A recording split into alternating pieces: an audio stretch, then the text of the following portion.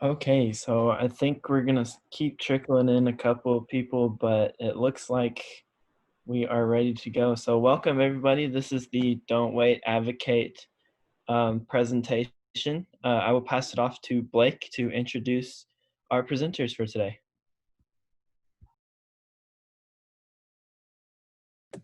Hello, everybody. We have some extremely special presenters that we were able to get to present today's session. So first, I'm going to get a little drum roll to introduce these presenters.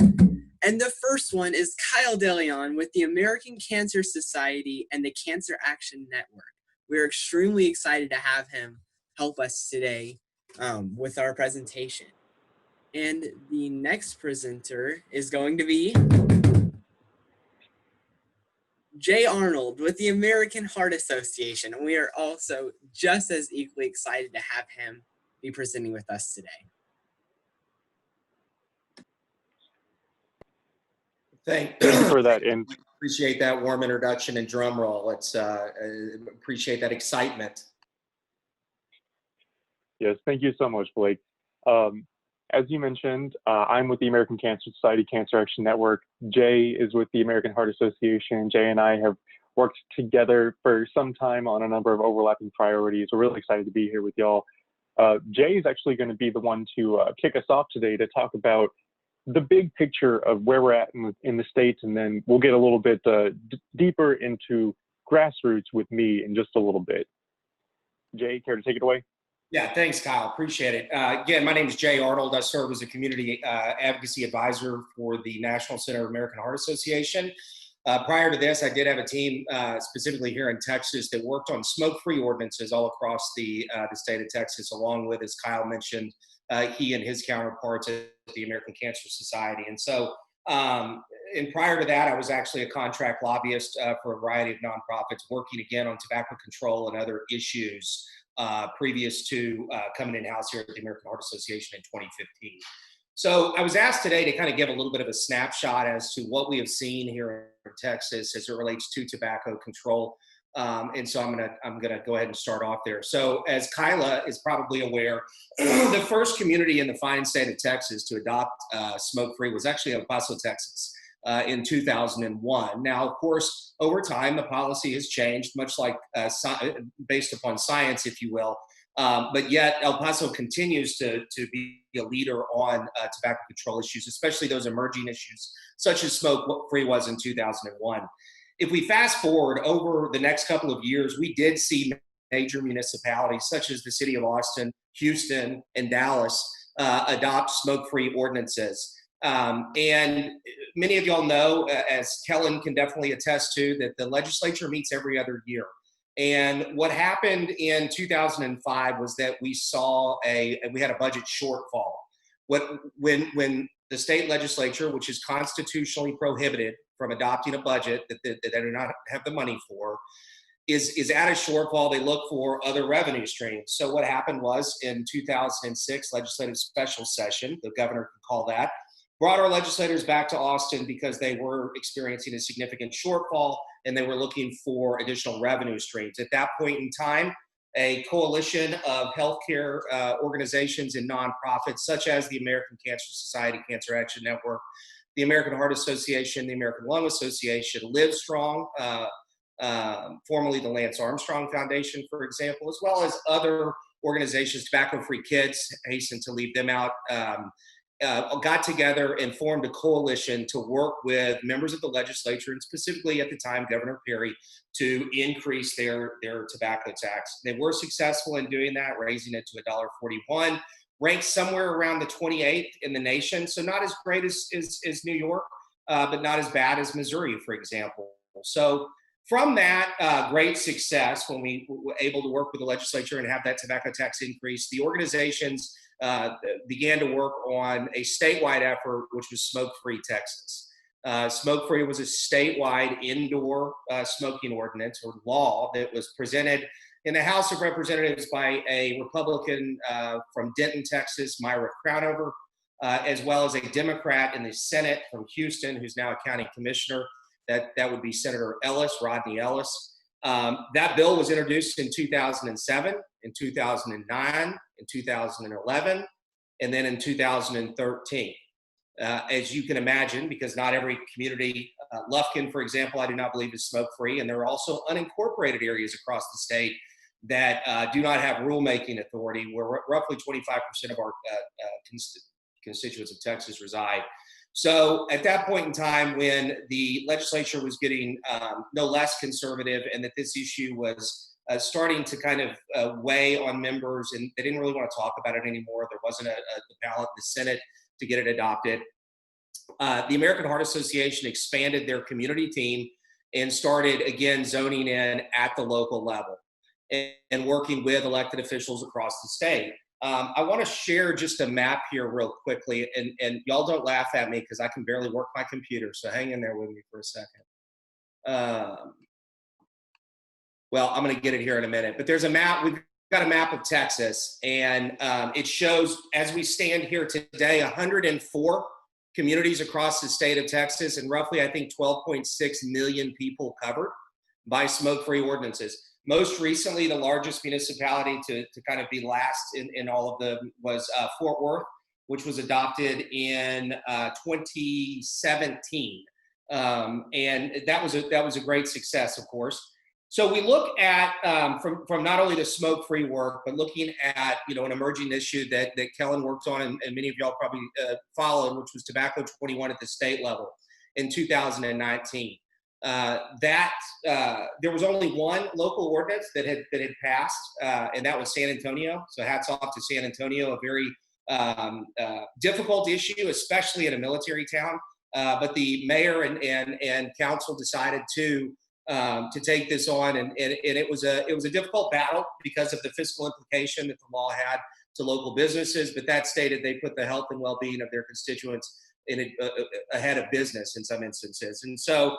Again, that was a successful session next year. I don't know that smoke-free Texas, it doesn't seem, will be where a smoke-free indoor work law will be introduced. But I think, as many of y'all know, and as we'll spend a little bit of time, Kyle will talk about a little bit later, is that the state, of course, is in a budget shortfall. I think we're all, as you can tell by our backdrops, working from home, having to learn in new environments, virtual environments, which I will tell you is much more difficult for myself than my 10-year-old.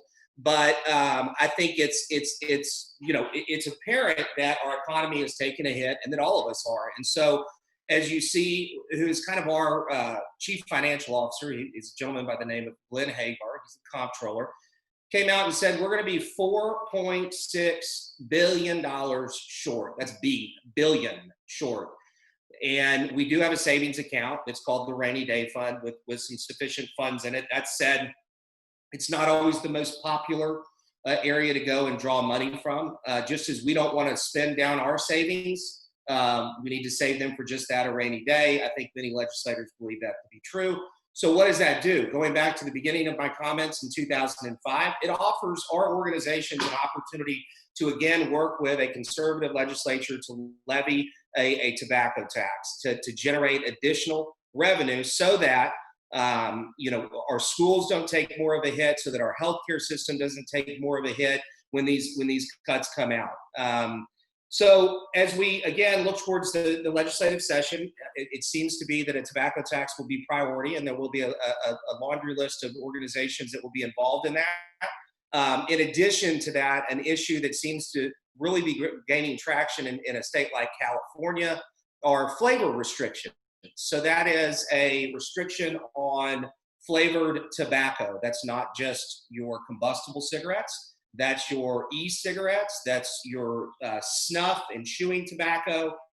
That includes menthol, as well as all other flavors. It's amazing, and I'm sure I'm preaching to the choir here, the amount of flavors that are out there and available.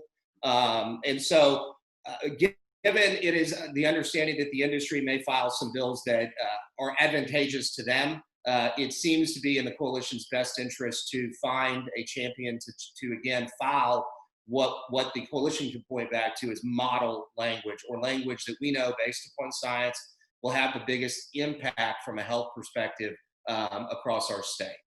So I think Kyle is going to spend a little bit of time talking, or a lot of time talking about, grassroots and the things that y'all can do to engage out there, and also the type of information that y'all should be looking for in order to best understand your elected officials. I understand that some of y'all are not of voting age, but I would also hasten to remind all of y'all that you are close to it. And the better you can be prepared in understanding, who your legislators are and what they support, the better you will be prepared when you are able to go and cast that ballot.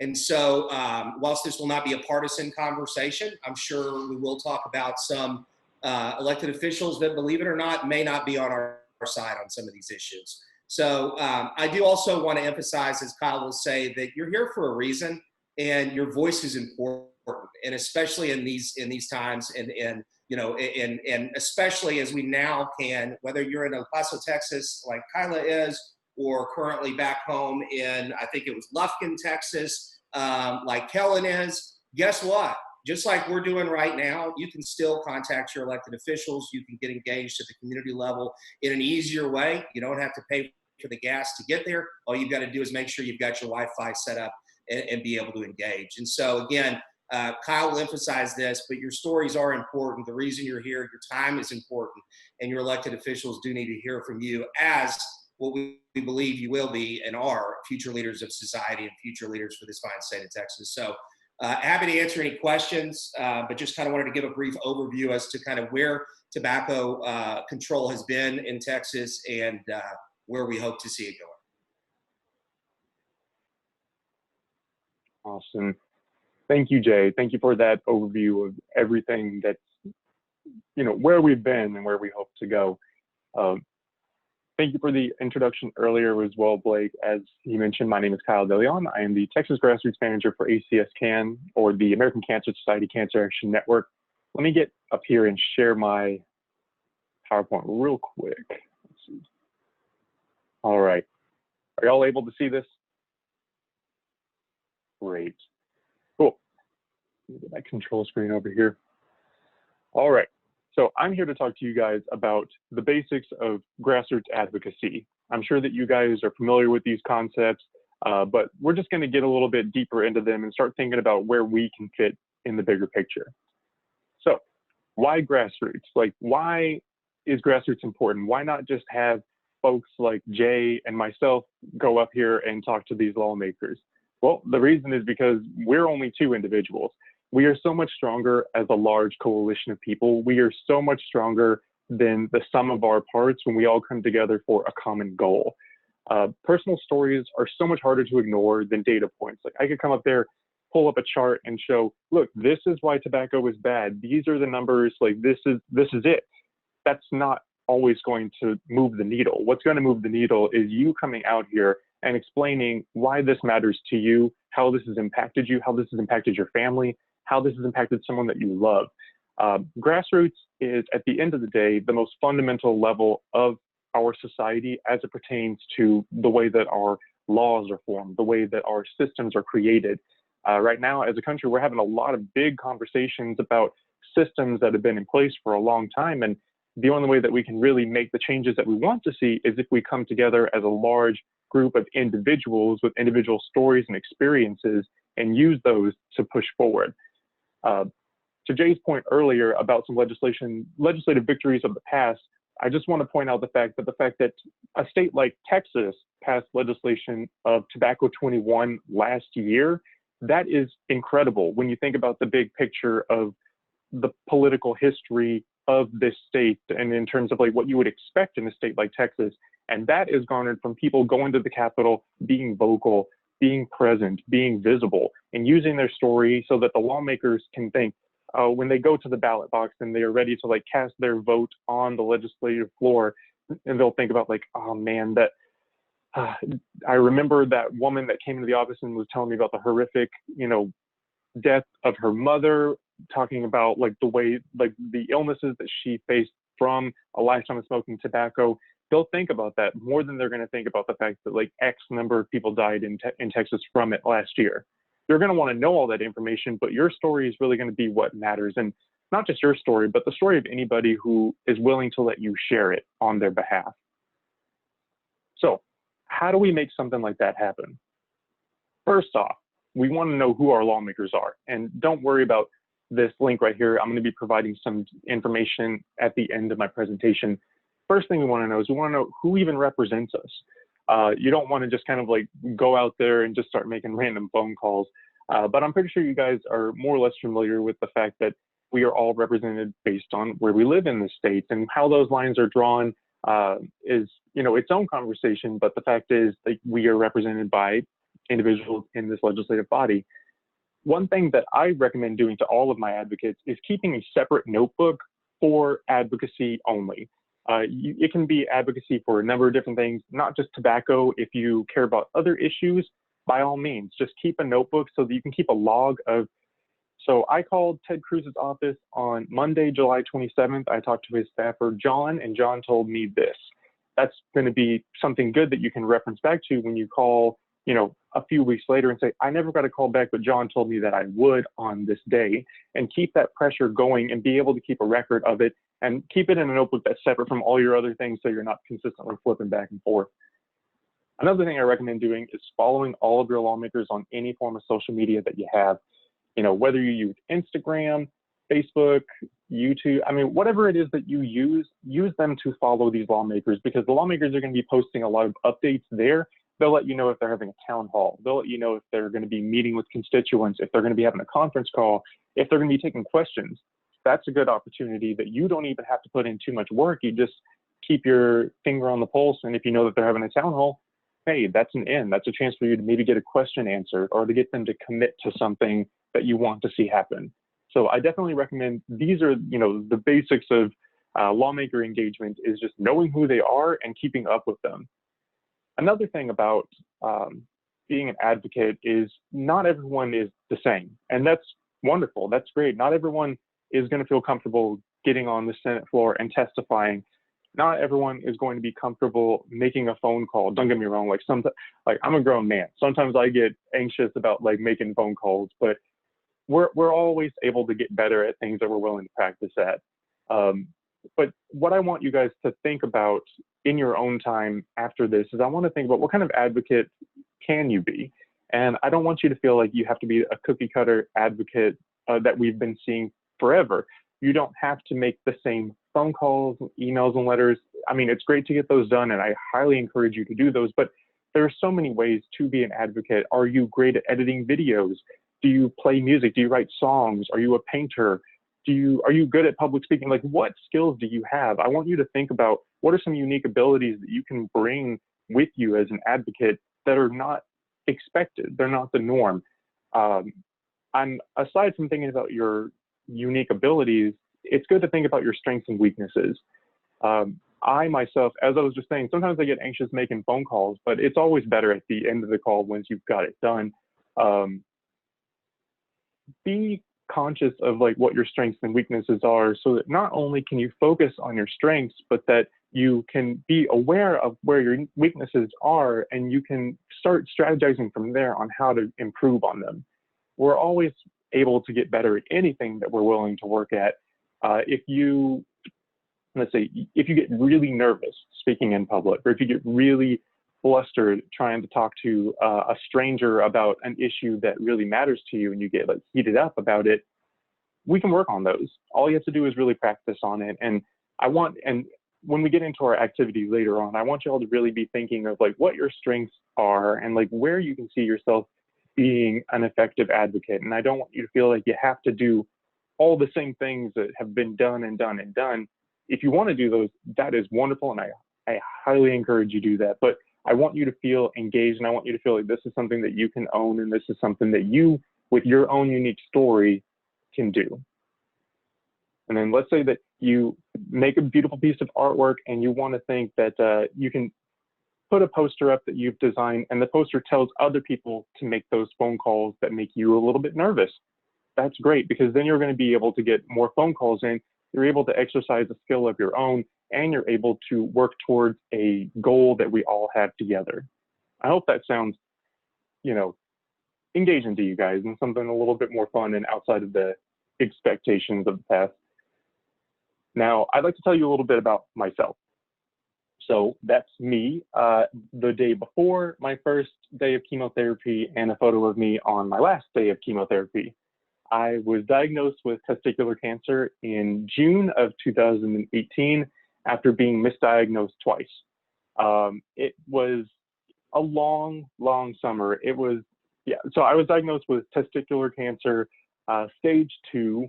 I underwent surgery, or I was diagnosed on a Tuesday. I underwent surgery to remove my left testicle on that Thursday, so 2 days later.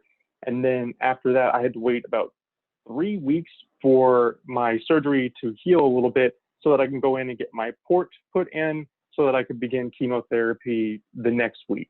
So from my diagnosis to my first chemotherapy infusion was about 4-ish weeks.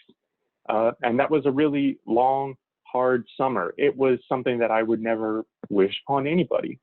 But one thing that I feel that brought me here, not only to you guys today, but in general as an advocate, is the fact that my grandfather actually passed away from this same cancer before I was born.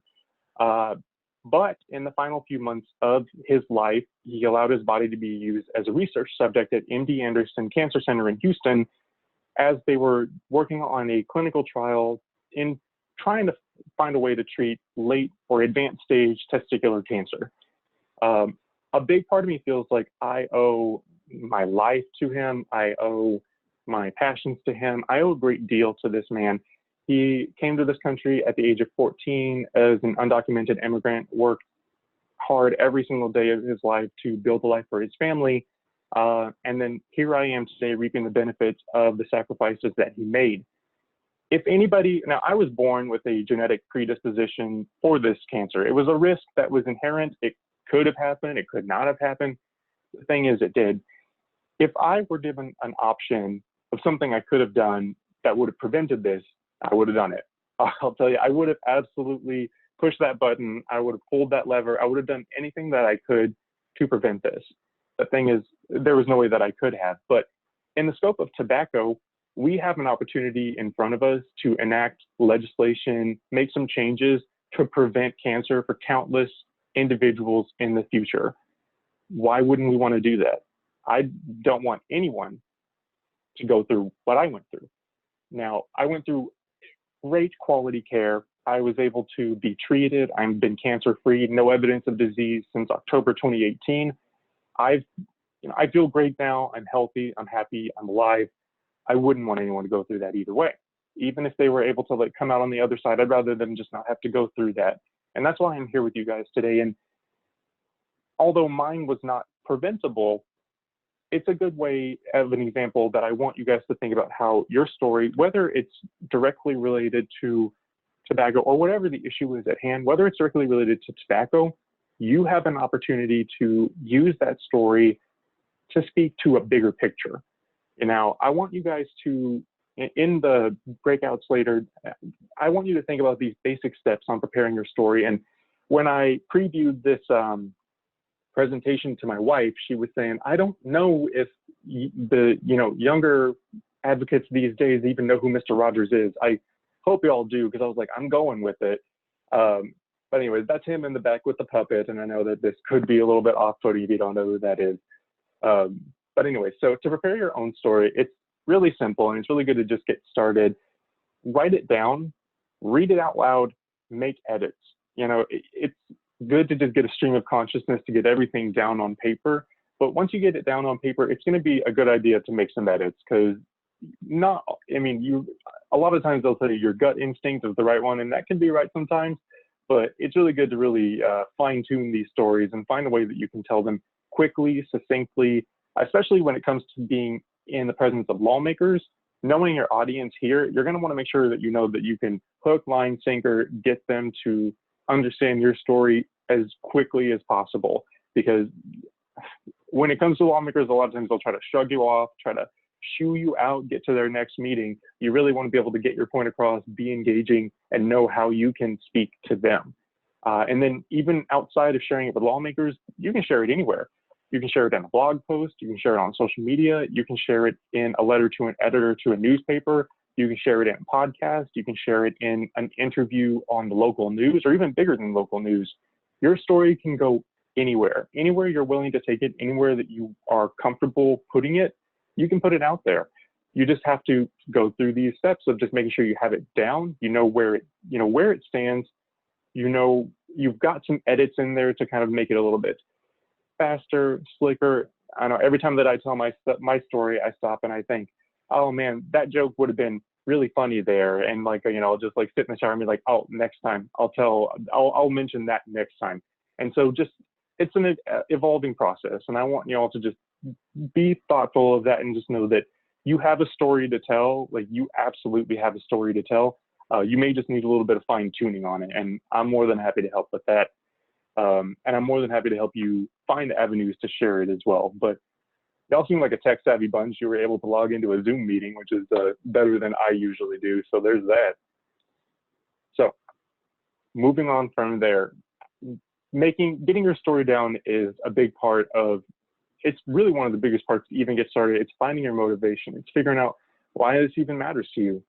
But once you've got that down, it's time to make a plan and it's time to stick to it. That's going to be actually a baseline goal for any track of life, not just being an advocate here. So first off, get your story down, because no one can tell that the way that you do. As I was saying, I really want you to start thinking about how your story could be impactful in this. And if you don't feel comfortable with your story, or if you don't feel like your story is going to drive home an impact that a friend or family member's story will drive home, by all means, that works as well, because if that motivates you, that's really valuable and that's incredibly important, especially in this sphere. 2, get familiar with policy. I'm not expecting you guys to be an expert. I'm not an expert. I want you guys to just know the basic understanding of the ideas of what policies are at play, and just feel kind of comfortable understanding what it is that we're trying to accomplish, because that's the way that your story is going to be able to speak to that piece of legislation and speak to the lawmaker on why this should get passed. If they ask you a question you don't understand, that's totally fine to say, actually, I don't know the answer to that, but I will get back to you. And then do the follow-up on that. There is no shame in not knowing the answer. Just, you don't know it, that's totally fine. You can get them the information that they need eventually. Number 3, get to know your lawmakers. So who are they? Who are they as individuals? And I mean, this goes beyond how they stand on the legislative floor. Aside from what have they said about tobacco control and what committees do they sit on, just think what baseball team do they like? Are they always posting about the Houston Astros? Are they always posting about the Spurs? Are you a Spurs fan? Do you have a golden retriever? What are some things about them as a person that you might be able to even connect with? Because that's also how these connections are made, how these relationships are built.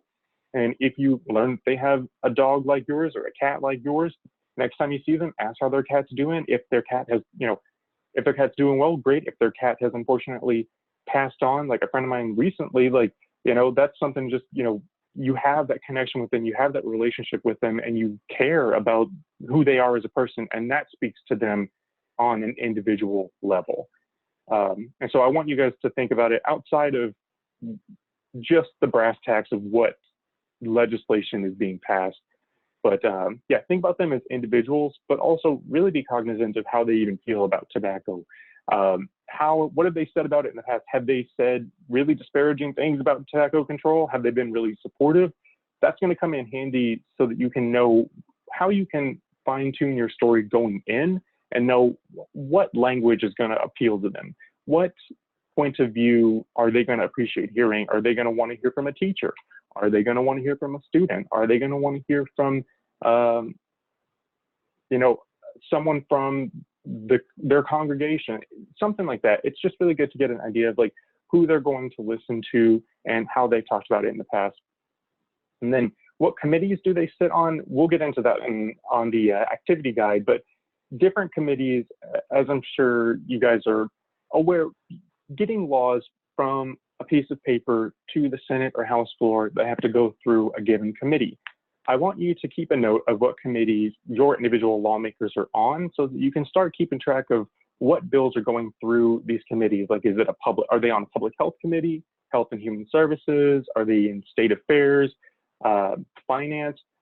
just keep track of that and just know where you should like keep like kind of an alert going on your brain of like, oh, so this hearing's going on. Maybe I should tune in and hear how they're talking about it, because that can also help inform how you approach them going forward. And then just getting to it. It's important to set realistic goals so that you don't feel kind of lost and you don't feel disappointed. It's good to set a goal that you're going to make. You'll make one call by December 31st. Like that's easy, something like that to do is just, something tangible. I have a tendency like in my own head of just being like, my goal is that cancer will be eliminated in, by the time that like I die. But I mean, that's a goal that's beyond me and it's unrealistic for me to set that as a personal goal. But a goal that I could have is that I am going to make 10 phone calls to Ted Cruz and John Cornyn before the end of the year to touch base on where they stand on pieces of legislation that we are trying to push at the federal level. Or I'm going to call who will likely be my state senator, Sarah Eckhart, 2 times before the end of the year, or I'll be like keeping touch with her quarterly. If you set these sort of benchmarks aside and stick to them, you're going to feel really good about the advocacy work that you're doing, because you're going to be able to see how the efforts that you put in pay off with past legislation down the line. And it's also really important to delegate roles that you can't fulfill yourself. So let's say that I'm on a team with Lauren. Kyle can handle communication and Lauren will take photos of our meetings. Lauren is my wife and she's a photographer and she is my teammate. So I figured that would be a good example to use here. I can't take a photo like her. She cannot communicate on policy like I can. And so that's fine. Her form of advocacy is a visual form to show people what is happening in the world, what is happening in your community. And that is completely valuable and that is valid and that is important. My skills are not her skills. And it's really good that when you build relationships with people in your community or even across the state who have shared interests with you in tobacco control, it's good to take stock of what makes you all unique. What is it that you can bring to the table and share as a whole? Let's say that John is a painter. He painted a beautiful poster. We're all going to share it. Sarah composed a song on her guitar. We're going to share a YouTube video for it and we're going to tag our lawmaker.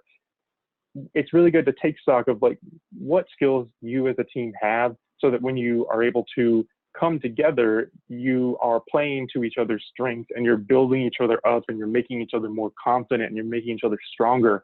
That is so important. One thing that I want you guys to really get out of advocacy is that this is supposed to be fun. This should not be, I don't want you to feel defeated when something doesn't work.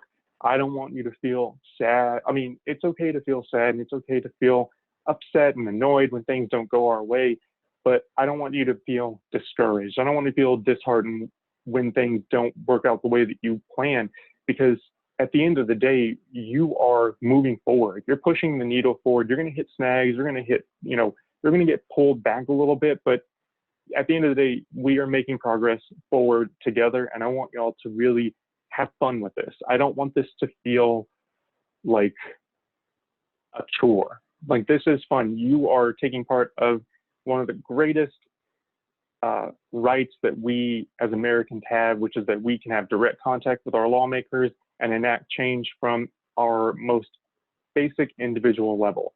And I don't want y'all to forget that.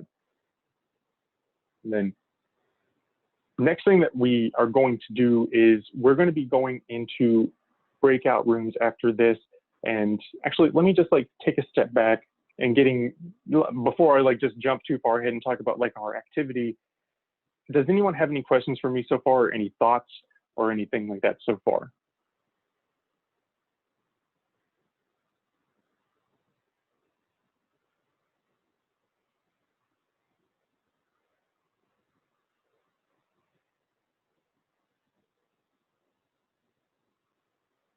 Kyle, this is Jay. I guess just to emphasize something that I think people don't often keep front of mind, and that's just to highlight the fact that telling them you don't know the answer to one of their questions is actually a really good thing as well, because to build upon that, it's creating another point of contact. And the only way that the staff member or the member is going to remember you is, again, that constant communication. It's not always asking a legislator for something, and I think that's important. Y'all have something to offer by virtue of what you're experiencing in your schools associated with tobacco usage, what you've seen in older generations, whether that be my grandfather having heart issues. So I think that's just something to, again, keep front of mind, because I was never talented from a scholastic standpoint, still am not. And I think when you're in school, you think you've got to have the answers to everything. Here's a particular situation where actually it can benefit to not know the exact answer and be able to get back to him or her. So sorry to belabor that point, just wanted to bring it up.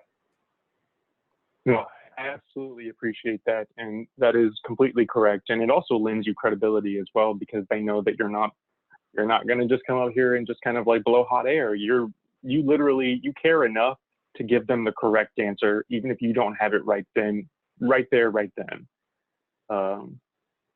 But cool.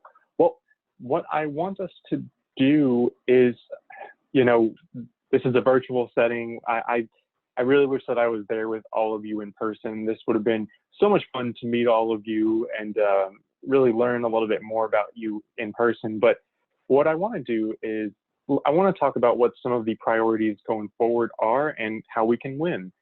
So the objective for the 2021 legislative session is we want to introduce and pass a tobacco tax in our state. The funds generated here are going to go towards public health efforts. At the end of the day, I want you to understand we are just trying to impose an additional state tax on tobacco products, and the funds that are generated there are going to go back to the people through public health funding. What I want to do is I want to break up into 3 geographic regions based on where you live, either the North Texas Panhandle area, Central, and I should have included West Texas in the North Texas Panhandle part. So Kyla over in El Paso and anybody in West Texas, please stick to the North Texas Panhandle area. I also have the Central South Texas area, just an example, Austin, San Antonio, Laredo, Corpus, the Rio Grande Valley, and then the Houston Gulf Coast area, which is a lot of people there.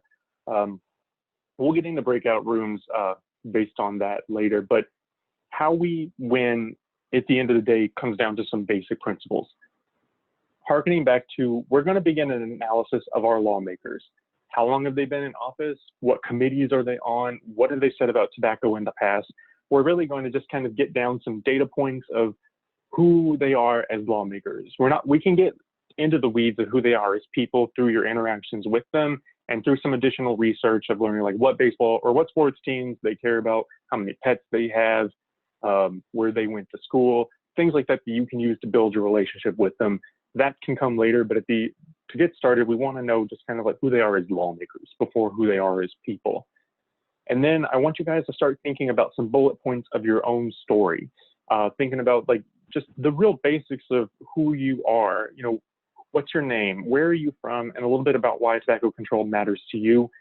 Is it because you had a family member who, suffered from an ailment from it? Is it because you have a classmate that's addicted to tobacco or addicted to nicotine and it's impacted their friendship with them or it's impacted their grades? I want you to start thinking about what it is about your story that you want to share with lawmakers, and not just with lawmakers, but with the greater public, whether it's through a YouTube video, whether it's through a social media post. I want y'all to start thinking about how you can start telling your story. And then I really just want to get the basics down here because we can fine tune the details later. What I'm going to do is I'm going to, let me reduce that. Where is this? All right, I'm going to stop sharing my screen because I have a document to share with y'all. If you're still with me, could you drop a, I was about to say emoji in the chat, but if you're still with me, can you drop a exclamation point in the chat?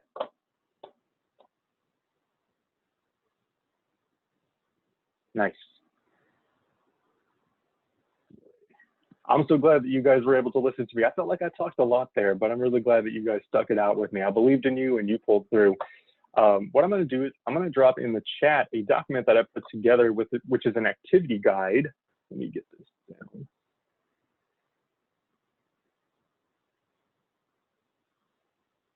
All right.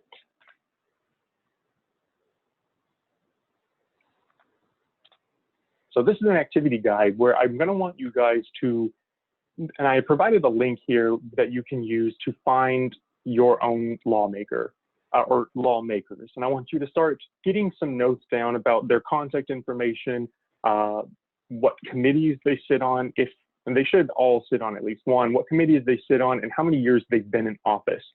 These are some baseline details about lawmakers that can help drive the interactions you have with them in the future. And then if you have time, look into, just Google their name, tobacco, and see like what comes up with that. What have they said about tobacco legislation in the past? What have they said about any of the culture surrounding tobacco in the past? Are they supportive? Are they hostile towards it? Because that's really good to know going in. And then at the bottom, I want you guys in your own words to start getting some notes down about who you are and why you're here. And I want you to write this with some bullet points, but in your head, I want you to be thinking, I'm going to share this with a lawmaker. So it's not just that you're sharing it with your best friend at a sleepover. You're not sharing it with your grandma at the dinner table. You're sharing it with a lawmaker. So I want you to think about that as you're writing this down, because that's who our target audience at the end of the day is going to be. We can fine tune our stories later on to think about how we can get more volunteers in our network, build our teams, put together some really engaging media content like videos. But right now, I want you to really just think about who you are as a person and what sorts of themes that run through your story could speak to a lawmaker. So I hope that doesn't sound too daunting for this. And let's see, what I want to do is I would like to break you guys up into 3 groups, as I was saying. So North Texas, Panhandle, and West Texas area, Central and South Texas, and then Houston Gulf Coast. So what I want to do first, let me see how I can do this. All right, if you live in the Houston Gulf Coast area, you should all have an option to raise your hand. So if you live in the Houston Gulf Coast area, could you raise your hand? Let me see how that works.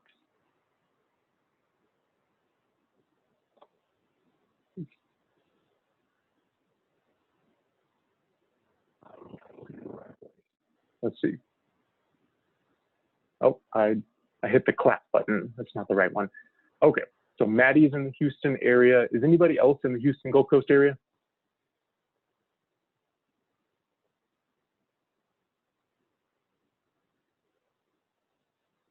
Oh.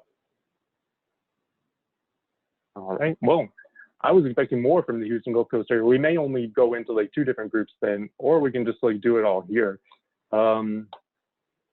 Let's see. All right, could you raise your hand? Okay, so I guess it's just Maddie. So Maddie, I might end up just putting you into another group. So if you live in Central and South Texas, could you raise your hand for me?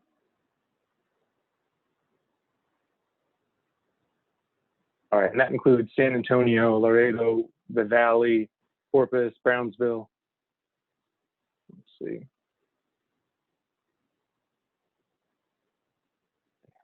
Icon's still clapping. Actually, all right, so I got Mona, Elise, Jose, and then Maddie still got her hand raised from Houston. Let's see.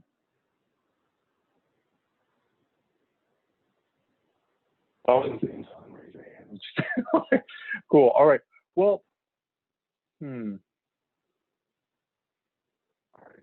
Maddie and Kellen, maybe the only ones in the Houston area. Okay. And then, okay, and I got to see Jeffries from RGV. Let's see. Well, I was thinking that there would be a larger geographic swath here, but all right. Is everybody, if you don't want to, that's totally fine, but can everybody, if you have a webcam, can you turn it on and like say hi and we can like work on this like all in one big room? How does that sound?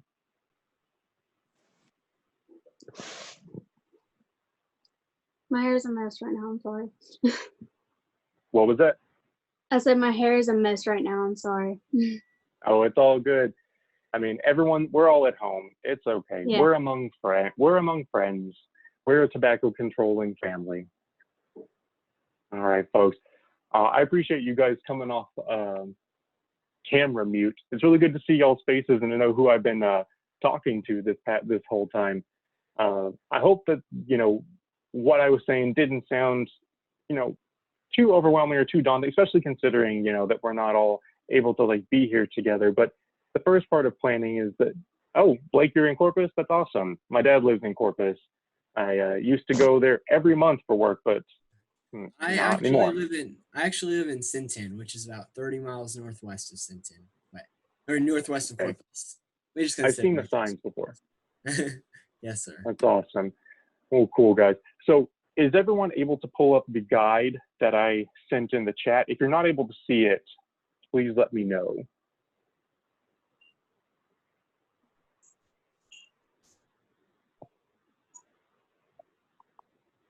Say in the chat that you weren't able to see it, and I'll see what I can do.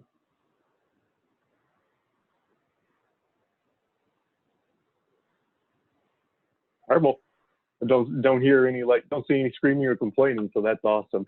All right, so let's get started. I'm going to be doing this along with you guys. So we're going to take about 10 minutes to do a lawmaker analysis. So that's going to put us at around 401, 402.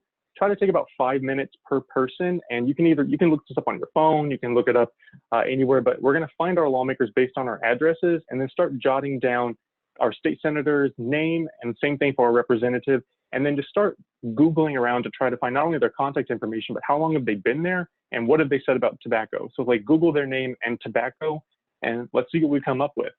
And if you come across anything weird, don't hesitate to come off mute or chat, and we'll see wherever that goes. And thanks for doing this with your camera on too. It's really nice to feel like I'm in a room with people. All right. If y'all like, in your little handy dandy notebook, there is an elected official's bio sheet part of the notebook. And what page is that on, Kellen? That would be, not really sure. It's probably the 3rd or 4th page into the Don't Wait, Advocate tab. And it has your state officials, local officials, and congressional officials. Awesome. Yes, definitely keep that handy. And then, yeah, let's find who these people are and see what they've got to say. As y'all are doing this, the other thing to look for, you know, sometimes what elected officials are going to put on their campaign websites may be a little bit different than what they're going to put on their state websites. So, you know, if you are trying to just get a feel for, from a political spectrum, where those elected officials may be lying beyond just their association with the Democrat Party or the Republican Party, I've found that very beneficial to, again, dig in on what do they campaign on? What are they supporting? Is it limited government? Is it the health and well-being of the community? Is it all kinds of stuff? So for what it's worth. Definitely worth considering.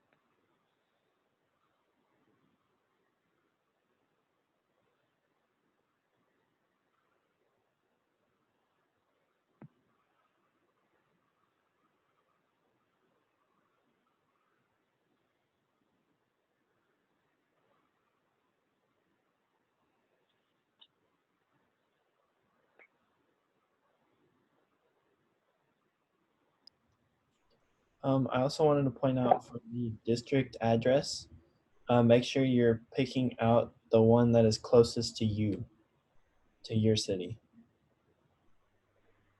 Very good point.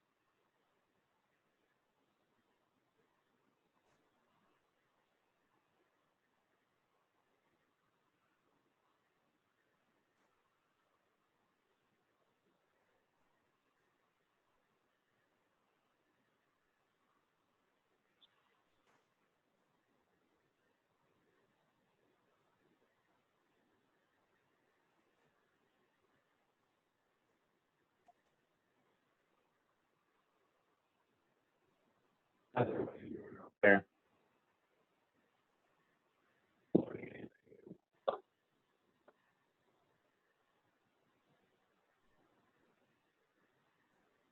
I was able to finish a little bit earlier because I don't have a state senator at the moment, and I won't until November, so I only had half the work today.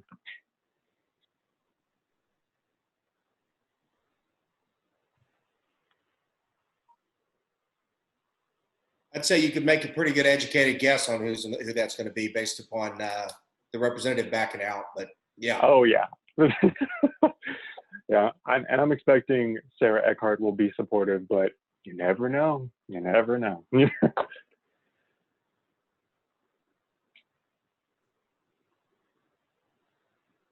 All right, guys.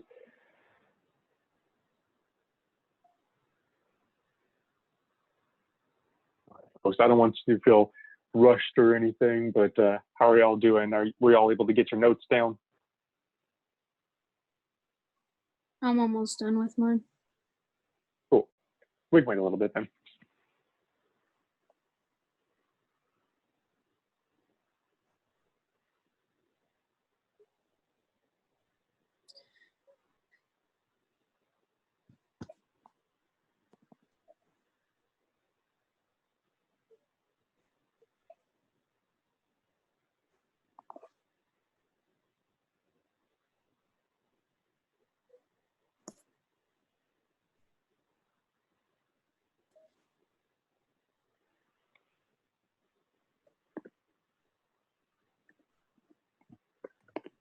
I would just like to say really quick, take the time to email your representatives and senators and write them letters in the mail.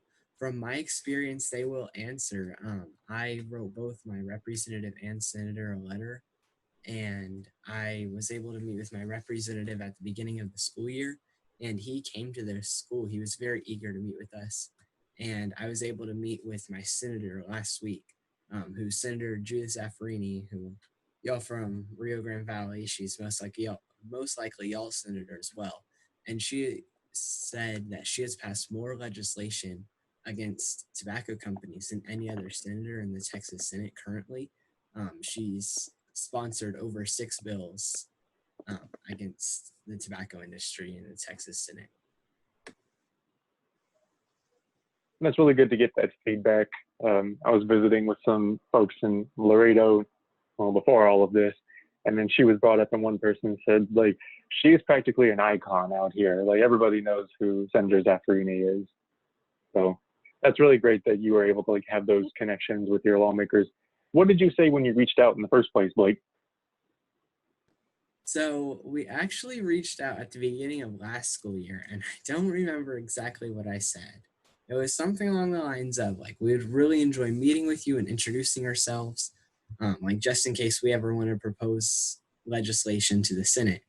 And so her offices contacted us throughout the year, but she's in Austin and we're close to Corpus, so it's like a 3-hour drive. And they'd call us like when somebody else would cancel. So it's not like something that you can conveniently do. But they called us about 2 weeks ago and they said, we have an opening and we're doing Zoom meetings now. And so we jumped on the opportunity right away. And she is an amazing woman. She's awesome. And she's so Preamble. Are you still talking about Zaffirini? Yes, she knows so much about all of it. That's great. I'm really glad that you were able to make that outreach too. And it's so important to have those relationships, even if you're not, best friends with them. It's still good to have that familiar relationship with them to where they've seen you before. They know who you are and they know what you're about. That makes it a lot easier down the road.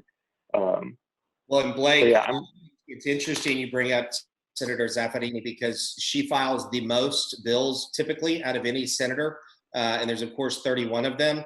But the most impressive part about that is the fact that she has one of the highest passage rates. So, and she thinks very long and hard, much like many senators, about the pieces of legislation that she's to introduce. But I think, again, the highest number and the highest percentage means she's listening to her constituents. A lot of those are local bills that are coming from folks like you, Blake, as you mentioned earlier. And it's just very impressive to have that kind of a rating, especially not being in what is, the Republican Party, which is in control of the Senate currently. So great job reaching out there. Yes, sir. She explained to us that when you become an elected official, you must learn how to compromise, because if you don't compromise, then you're not going to get any legislation passed. So she goes in there and she has an open mind. She has the legislation that she wants to get passed, but she's also willing to negotiate between both parties.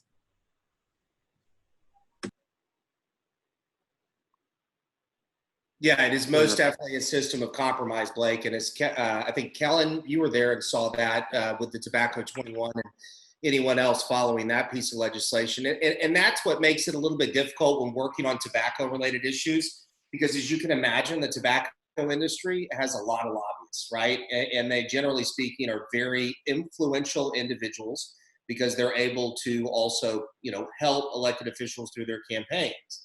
But with the relationships that y'all are setting up and the education, I think that's the other part that Kyle is really concentrated on, is telling your story, educating them as to why it's important, not always coming with an ask, but again, talking to them about why this is important as a future leader of your community. So great work. Yes, and it's a really important approach to come forward and introduce yourself so that they know you're going to be back. You'll be back. You're not here to ask for anything right now, but expect to see you again when you have something to ask for. And that's really good, because it's also good to make touch points with them when you're not asking for anything, and because they're getting asked something all day, every day. So if you are able to go in there and really be real with them, that pays dividends down the road. Great. So now that we've had some time to kind of jot down some information about who our lawmakers are, I encourage you guys to keep that information within arm's reach so that you're able to reference it again. But right now, I want us to stop and think about who we are as people. What motivates you? Why are you here? And I mean, you're all here for similar reasons, which is that you care enough about tobacco as being an issue for youths that you are willing to speak up and say something to lawmakers and to anybody willing to listen about why tobacco control is important. So I want us to stop and think about just really list out who you are, why you're here. And then outside of the tobacco stuff, I want you to also think about what talents you have. Like, what are some abilities that you have? And I mean, the fact that you guys are putting time out of your summer vacation to spend your Monday afternoon with guys like Jay and I, that says a lot about the types of young advocates that you guys are set to be. And you guys are, I'm sure that you guys have a lot of like hidden talents that you don't have to say them on the phone, but write them down. If you practice guitar, you may not be very good. I'm not very good, but I still play it. I'm not very good at the keyboard, but I still play it. And so like, think about those things that you do that make you you, that really make you, that spark joy in you. And just, oh, Blake has it. Oh yes, Blake is quite the bongo. Is it bongoist? Bongist? I don't know. What do you call those? But yeah, so Blake plays it. Maybe if we ever like introduce a drum circle in the middle of the Capitol Rotunda, I know who to call. I know who to call, man. But yeah, but think about those. Think about the things that you enjoy doing, things that make you, that spark joy in you. Like, and then outside of, you know, music, like what sports do you play? Because the sport that you play could be a sport that a lawmaker played when they were in high school or played when they were in college. Like, what are some ways that you as a person, what makes you happy? Because these, when you talk about the things that make you happy, then you can make others feel that happiness, and then they're going to associate those feelings with you. And when you're trying to ask for a piece of legislation, they see that you're coming from like a real genuine place, and you are here because this is something you care about. And yeah, just really, I know that I'm talking a lot, but just jot down some things about you, where you're from, how long you've, you know, tobacco has been an issue that you can remember, something that you cared about, and then also jot down some things that you feel good at, things that make you feel good to do. And yeah, we'll go from there. So let's just take about 10 minutes to jot these things down. And then if anybody wants to share, then we can get into that a little later. Let's get started. Sure, yeah, I guess the Senate, well, no, the Senate seat, it's going to be taken. I know that for sure, but maybe I'll give her a run for her money. I just have to raise money, but let's see.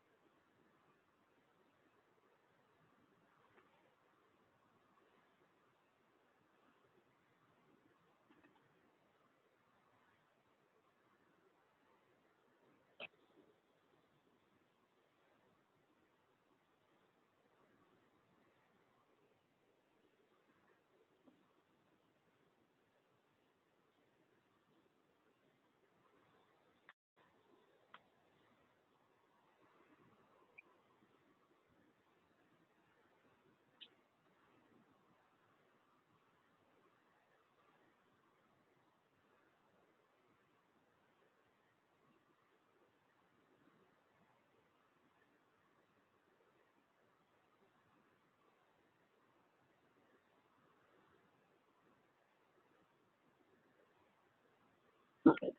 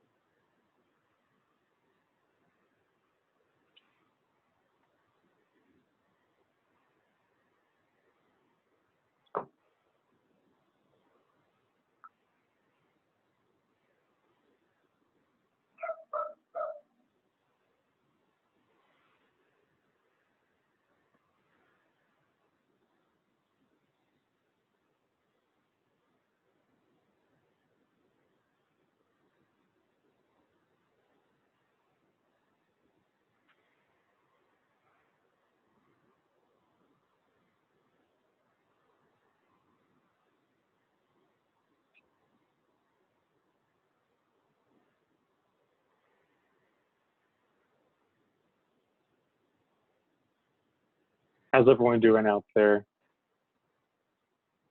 I don't know about y'all, but as I'm sitting here writing down some things that I feel like I'm good at and things that I enjoy doing and the reason that I'm here, I'm feeling, I feel like I already felt a little confident coming in here talking to you guys because this is something I care about and know about, but I don't know about y'all, but I'm getting a little bit of a boost of confidence from just writing out these things that matter to me and things that I feel like I'm good at.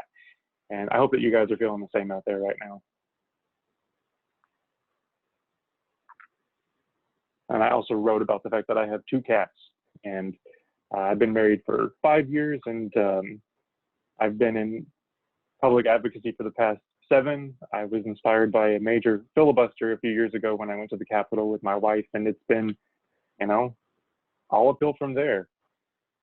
I'll let you guys keep working.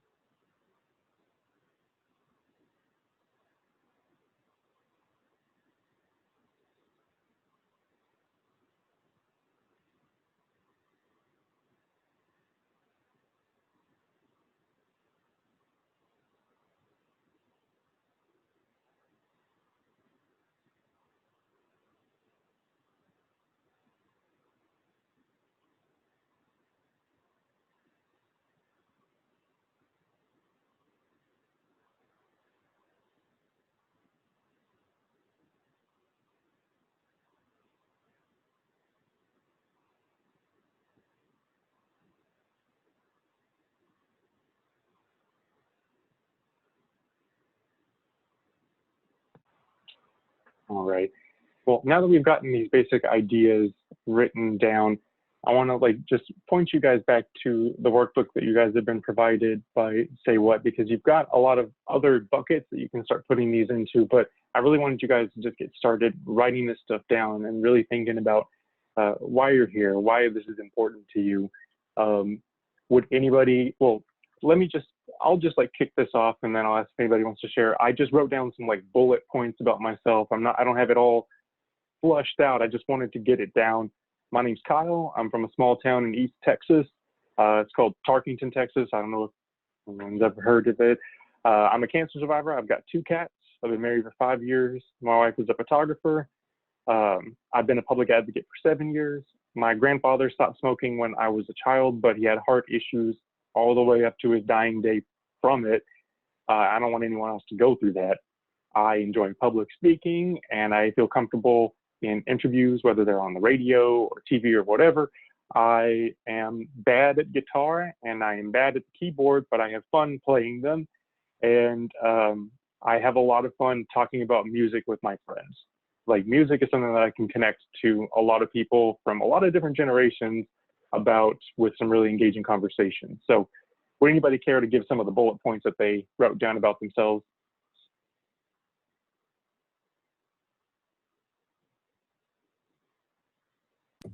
Well, I can go. My name is Blake Cater. I am born and raised in Sinton, Texas, which is about 30 miles north of Corpus Christi. A couple of things that are fairly interesting about me is that I love participating in livestock shows. As you can see behind me, I have a couple of awards back there.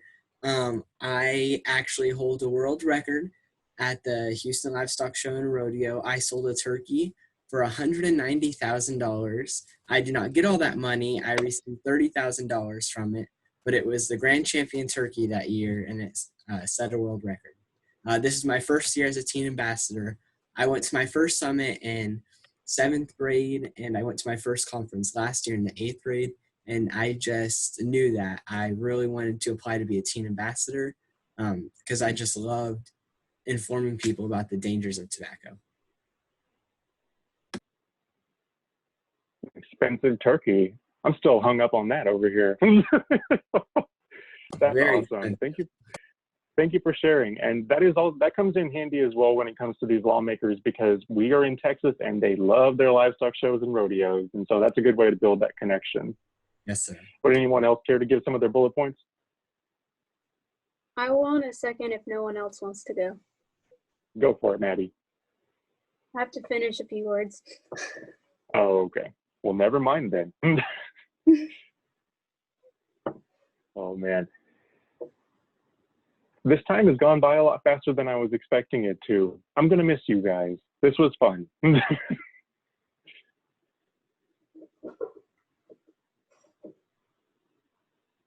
the battery finally die on that thing? Went to 10%.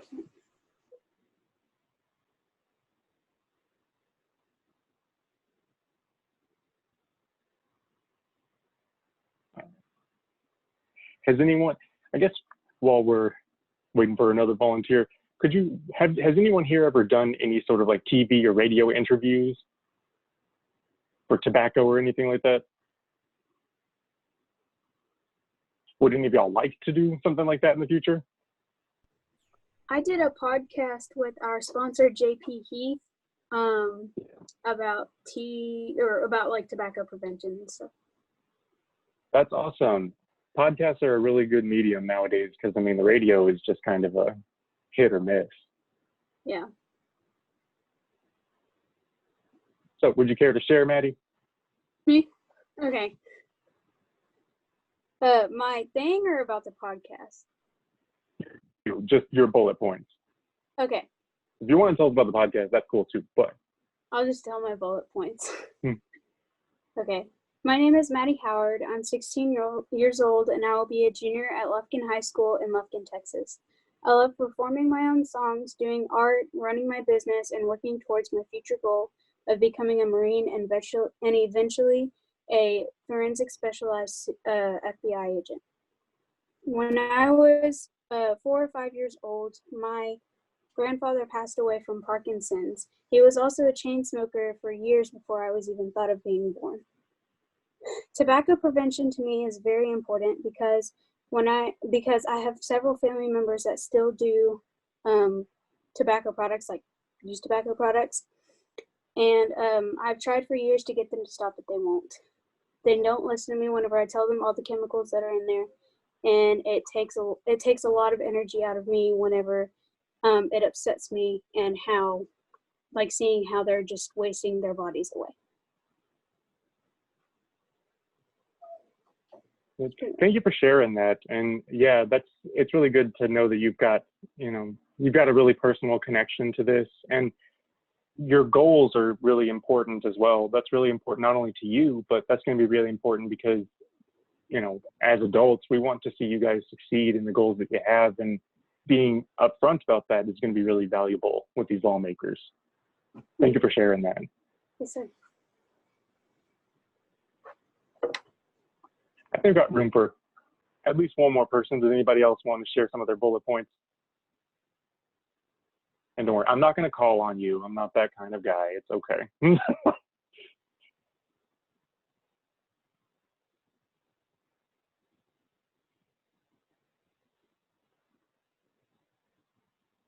Okay. All right. Well, I'm going to also refer you guys back to the workbook that you provided, because not only are there some slots where you can talk about, what it means to be an advocate for yourself. There's a whole template on, I don't see the page number, but there's a whole template that you could fill out about where you're from, and just to start getting a bigger body of it, of a more fleshed out version of your story. But I wanted you guys to get, really get those thoughts flowing about like you as an individual, because we've all got something unique that's brought us here. We all have a reason to be here, and I'm really proud to see you guys here spending your Monday with us talking about these issues. I can only imagine, like, in the summer, I guess in a normal summer, it would just be like, there's like a lot more, there's a big, bright world outside, but nobody's outside anymore. So, hey, I guess we all got a good end of this deal today too. But I want you guys to take some time to really work in your notebook. And then on the document that I provided in the chat, there's a link at the bottom where you could even share your story with us at ACS CAN. And if that's totally optional, but if you guys want to keep in touch with us and like have your story as a part of, I guess, our story block of where we keep these things cataloged, our media advocacy manager, Adrienne, is really good at helping people fine tune their story. We actually had a storytelling workshop last week, but if I get enough interest to do another one, we'd be more than happy to, really like do a deep dive of like how to get, not only how to tell your story, but how to get it published in magazines, how to get it posted online with a newspaper's webpage, how to land a podcast interview, how to land a TV interview, how to build those relationships up. And those are really important as you try to become an advocate in any sphere, not just tobacco. So I really encourage you guys, like, if you want to share your story with us, then I'd be more than happy to take a look. I cover Central and South Texas and the Houston Gulf Coast area. My counterpart, Kay, handles the DFW Panhandle area in West Texas. So, if you end up being in our network of advocates, or if you submit your information to us, like depending on where you live, that'll determine who is going to be your, volunteer manager. And that's totally up to you guys.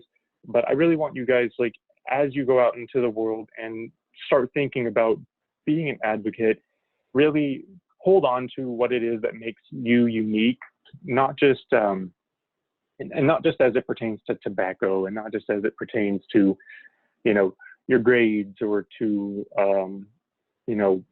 what sports you play and what instruments you play and things like that, because everyone brings something different to the table. And, you are all here for one goal, and that's to make tobacco less of a burden for fellow youth. And I really commend you guys for that. And I want you guys to know that, after this conference, if you want to stay abreast of these topics, I recommend that you follow ACS CAN on whatever socials you have. Same thing for American Heart Association, following the Tobacco Free Kids, Smoke Free Texas, just staying abreast of these issues as they emerge. You know, and also if you enjoy doing, I have way too many Google alerts on, but if you enjoy doing Google alerts for tobacco stuff and getting news to your, you know, automatically recommended to you based on where you live, and if it's about tobacco or if it's about vaping or whatever it is, I encourage you to keep your eye on that, because that can also come in handy. Like if you learn that there's, you know, a new issue emerging, and it could be something to highlight to your state lawmaker down the line. And yeah, it's, you know, I wish that we were able to sit down like all together and come up with a real hardline game plan of like how we're going to make, you know, a certain law get passed. But right now, you know, the fact is we're all in a really weird position as a state. You know, as Jay had mentioned, like we're going to be facing a really significant budget shortfall next year. That's a bit of a daunting notion, but at the same time, it presents a lot of opportunity to us as we're trying to get our priorities through the door. So, you know, I encourage you to think about the positives in this situation. You know, aside from the positive COVID cases that are out there, think about the positives that are in this realm that we're working in. But yeah, well, rather than like telling all of your, you know, bullet points, would anyone like to tell any of their special talents that they think could come in handy as an advocate? Do we have any painters or musicians or video editors out there? I'm an athlete, and I mean, I have a lot of friends who are also athletes, and they vape, they smoke, which can really affect an outcome in a game, in a meet, which is really, really bad. So that could help. Definitely. What sports do you play, Elise? I play volleyball, basketball, and I run track. Busy. That's awesome. Yeah. And well, I mean, you're definitely going to want to have healthy lungs for all of those, especially basketball and track. Like there's no wiggle room with that. And I remember basketball practice, like, you know, when I was in, you know, junior high and high school, and just like the burning, like, and didn't smoke then, but just imagine like smoking and doing that. Yeah. Right. But that's really good, because that puts you in a really good position to have those honest conversations with your teammates. And then, you know, if they are able to kick the habit, then you've also got an additional ally in this fight to talk to lawmakers, and they can even join you in a meeting. They can join you on a Zoom call, you know. So it's really good to think about, take, you know, stock of like what it is that you do, what realms you operate in, because then that gives you a real idea of like, oh, I have this power. This is the power that I have. Like, I may not be elected to office, but I have a network of fellow athletes who depend on each other, and we can't have, you know, Kyle out here smoking and ruining the games for us. You know, we have a state championship to win. So it's really good to take stock of that. Exactly. Anybody else want to talk about their some talents or some things that they are up to?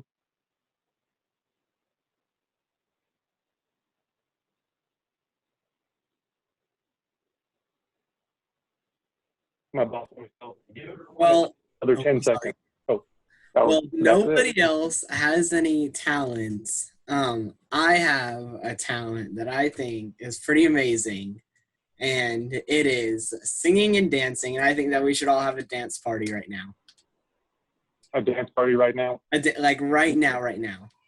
What's the song going to be, though? The song is going to be, for my boy Kellen, Dancing Queen. Oh.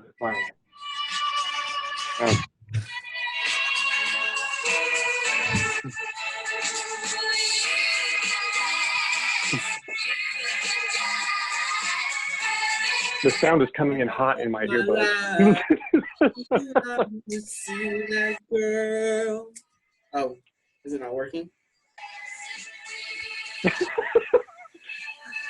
It's like coming in and out, and I'm just like, oh, okay. Very Brady Bunch. I appreciate that. And I will say, As much as I enjoy dancing, my wife would be cringing so hard if she were here. So thank God she's not. Thank goodness she is not in the house right now, because she would definitely be judging this moment right here. But all right, well, I want you guys to really carry some of these thoughts with you as you go through your life as advocates. And I don't know if you guys have my contact information, but I will ask Kathleen to provide that to you guys. And then I can like drop it in the chat right here. I'll drop my email, and please feel free to write it down in your notebook. I'm putting this in the chat. Feel free to email me if anything comes up to where you possibly get an opportunity to speak to a lawmaker about tobacco, or if you have an opportunity to do a telephone or a radio interview, or not a podcast interview, or if you get, you know, or if you're the group at your school who happens to be against tobacco, if a local, I don't know, group wants to have you on like a web video where they're going to talk to you about tobacco, and if you want to talk to me ahead of it about, is there anything I should say particularly, is there anything I should bring up, don't hesitate to let me know. I'm more than happy to hear from you guys. And I do hope y'all keep in touch, because, you know, this is a weird year that we're living in. I wish that I was there to meet y'all in person. I feel like I'm cooler in person than I can be through technology, but I mean, my wife would probably debate that as well. That's up to you guys to determine. But I do hope that you guys keep in touch, and I hope that you think about what it is that makes you special, what it is that makes you unique, because, you know, not everyone is here for the same reason. Not everyone is here for the same, I mean, we're all here for pretty much the same end goal, but we're all trying to get there because of something different. And I want y'all to remember that, and like, don't compare yourselves to each other. Don't compare yourself to me. Don't compare yourself to anybody but yourself, because you're on your own track here in life. You have a lot of potential to be a fantastic advocate in whatever sphere you decide to operate in. If it's going to be tobacco, if it's going to be climate issues, if it's going to be income inequality, if it's going to be health equity, whatever it's going to be, you can be great at it. And I want you guys to think about that, and just think like, you know, it's all that it takes is time, it takes practice, and I hate to say it takes embarrassing yourself sometimes. It takes, you know, it takes getting up there and having people not listen to you. It's going to happen. It happens to me all the time. You know, it's going to happen, but I don't want you to get discouraged, because, you know, sometimes people aren't going to take you seriously. They're not going to listen to you, but that's not on you. That's on them. And all that you can do is keep going forward. And I really appreciate y'all's time. Jay, do you have any final thoughts? No, very impressive group here, obviously, that are going to do great things. So appreciate everybody, again, taking time out of your day this summer, and look forward to seeing the impact y'all have over the next couple of years. So I appreciate everybody being here today. And Jay and I will be keeping Kathleen and the rest of the Say What crew in the loop on some tobacco priorities as they present themselves over time. And so you'll be getting that communication from Say What. But I do encourage you guys, like, if you want to learn more about either of our organizations, to reach out, and we'll try to, you know, find some way to get y'all in the capacity that we have, and try to find some ways for you to like educate yourself and be an advocate, a self-sufficient advocate on your own, because, you know, the world needs more of folks like y'all.